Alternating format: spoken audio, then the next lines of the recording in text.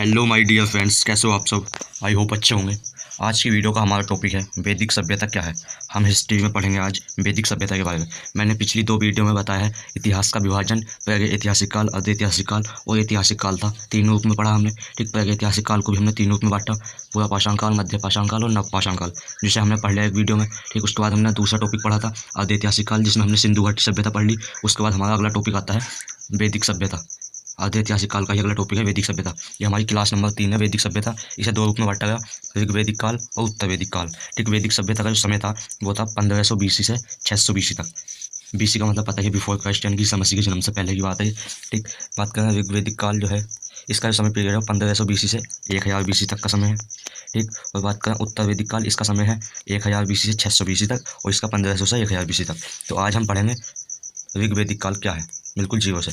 तो सुनो, ऋग्वैदिक काल जो है, इसके कुछ साक्ष्य जो मिलते हैं वो मिलते हैं उत्तर प्रदेश का एक जिला है अंतरजी खेड़ा, जहाँ से 1000 BC लोहे के साक्ष्य मिलते हैं, यानी कि लोहा मिला, एक लोहे का टुकड़ा जो कि 1000 BC साल पुराना था। ठीक, इसका जो ऋग्वैदिक काल था, इसमें आर्यों का आगमन हुआ।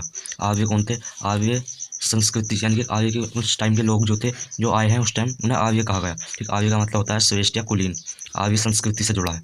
ठीक, तो कुछ विद्वानों ने अपने मत रखे और बताया कि आर्य कौन थे, कहाँ से आए थे। तो कुछ विद्वान थे, जैसे दयानंद सरस्वती थे। उन्होंने क्या बताया? उन्होंने बताया आर्यों का मूल स्थान तिब्बत, यानी कि कुछ लोग थे, उन्होंने बताया कि लोग जो है तिब्बत से आना चालू हुए थे भारत में। आर्य लोगों के बारे में बताया, भारत में आर्यों का आगमन हुआ नहीं, तो उस तरह से भी बताया उन्होंने कि तिब्बत से आए। ठीक, इन्होंने अपना बताया। फिर दूसरे आए बाल गंगाधर तिलक। इन्होंने बताया कि ये जो आर्य लोग थे ये नॉर्थ पोल से, यानी कि उत्तरी ध्रुव से आए।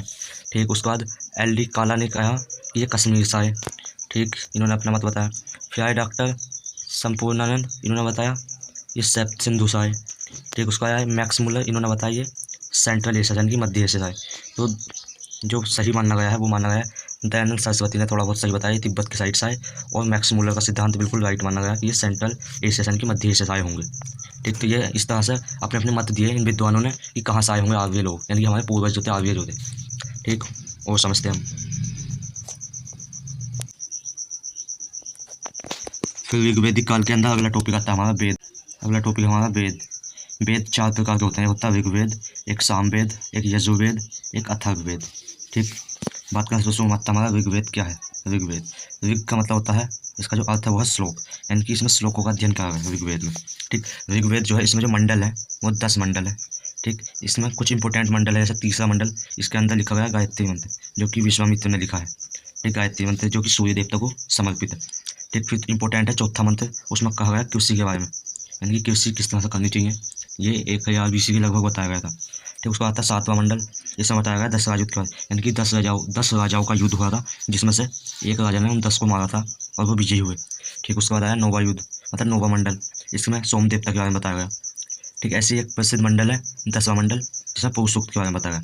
तो ये कुछ इंपॉर्टेंट मंडल थे, तीसरा मंडल, चौथा, 7वां, 8वां और 10वां, ये इंपॉर्टेंट मंडल थे। ठीक, कुछ प्राचीन मंडल, जो पुराने मंडल कौन कौन से थे? 2, 3, 4, 5, 6 और 7, ये थे पुराने, और जो नवीनतम यानी कि नए बने बना 1, 8, 9 और 10। ठीक, ये हमने समझा, हमने ऋग्वेद के बारे में समझा। उसके बाद आते हैं मंत्र क्या होते हैं। मंत्र, ऋग्वेद के अंदर मंत्र, इसमें जो कुल मंत्र हैं वो हैं 10,580 मंत्र है। जो दोहराए गए हैं वो 118 मंत्र दोहराए गए हैं। मूल मंत्र हम कह सकते हैं वो है 1462 मूल मंत्र। ठीक, 118 दोहराए गए, जिस वजह से ये 10,580 हो गए।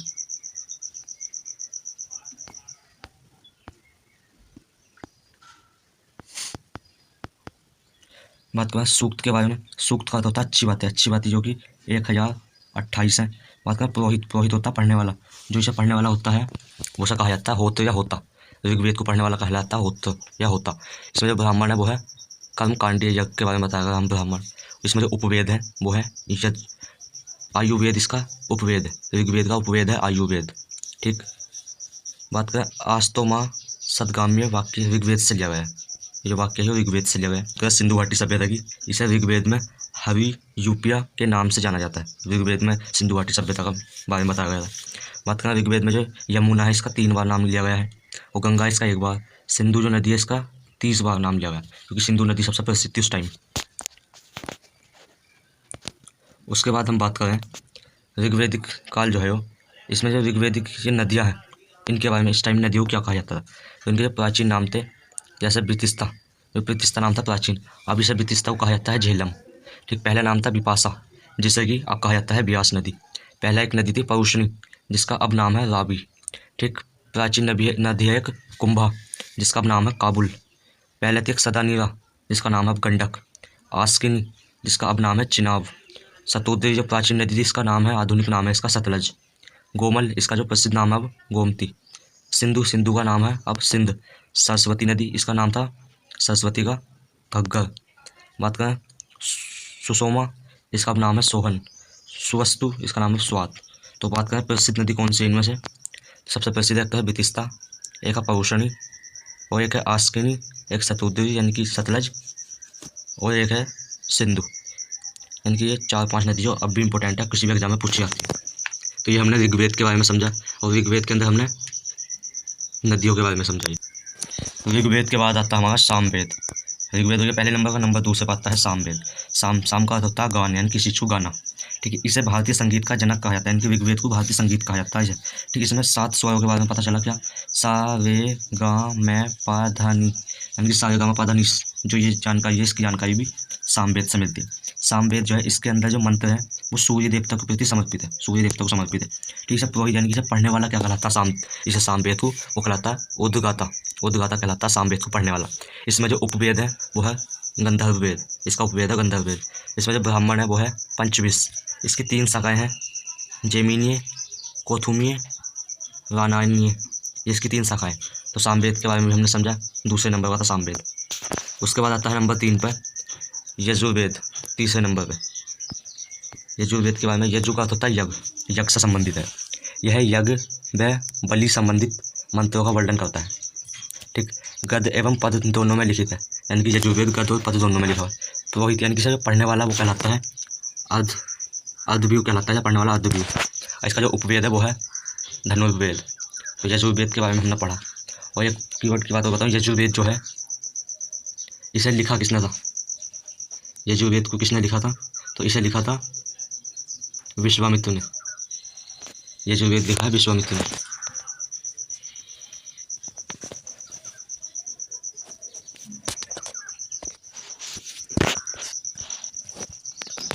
तो हमने यजुर्वेद के बारे में समझा, इसे लिखा किसने था, इसे लिखा था विश्वामित्र ने। ठीक, विश्वामित्र ने लिखा इसे। उसके बाद बात करें नंबर 4, जो सबसे न्यू वेद है वो है अथर्ववेद, जो नया वेद को नया था। ठीक, इसके बारे में क्या पता चला, इसे ब्रह्मवेद या श्रोत्रवेद भी कहा गया है। अथर्ववेद ऋषि के नाम पर इस वेद का नाम पड़ा। ठीक, ऋग्वेद का जो संकलनकर्ता कहा जाता है, जिसे लिखा है अथर्ववेद, वो लिखा है विश्वामित्र, उसने अथर्ववेद लिखा है वेद व्यास जी ने। वेद व्यास ने अथर्ववेद लिखा। उसके बाद बात करें इसके अंदर क्या क्या मिलता होता है, वशीकरण, जादू टोना, भूत प्रेत, औषधियों का वर्णन अथर्ववेद में मिलता है, यानी कि औषधियों का, जादू टोनों का इनका यूज होता था अथर्ववेद में। इसका जो उपवेद है वो है शिल्पवेद। इसे पुरोहित, इसे पढ़ने वाला कहलाता है ब्रह्मा। ठीक, ब्राह्मण, इसमें जो ब्राह्मण है वो है गोपथ। पुरोहित इसका ब्रह्मा, जो हमने पीछे समझा ब्रह्मा है पढ़ने वाला। सभा एवं संपत्ति को प्रजापति की 2 पुत्रियां कहा है, सभा और संपत्ति को। काशी महाजनपद का उल्लेख भी अथर्ववेद में मिलता है। तो आज की वीडियो में हमने यहीं तक पढ़ना है। हमने क्या क्या पढ़ा, ऋग्वेद के बारे में समझा, ऋग्वेद से रिलेटेड चीज़ों के बारे में समझा, कुछ नदियों के बारे में समझा, फिर सामवेद समझा, फिर यजुर्वेद समझा, फिर अथर्ववेद समझा। तो आज हमने ये समझा। यदि वीडियो आपको अच्छी लगी तो वीडियो को लाइक और चैनल को सब्सक्राइब जरूर करें। मिलते हैं किसी और वीडियो में। Thank you for watching this video. Thank you guys.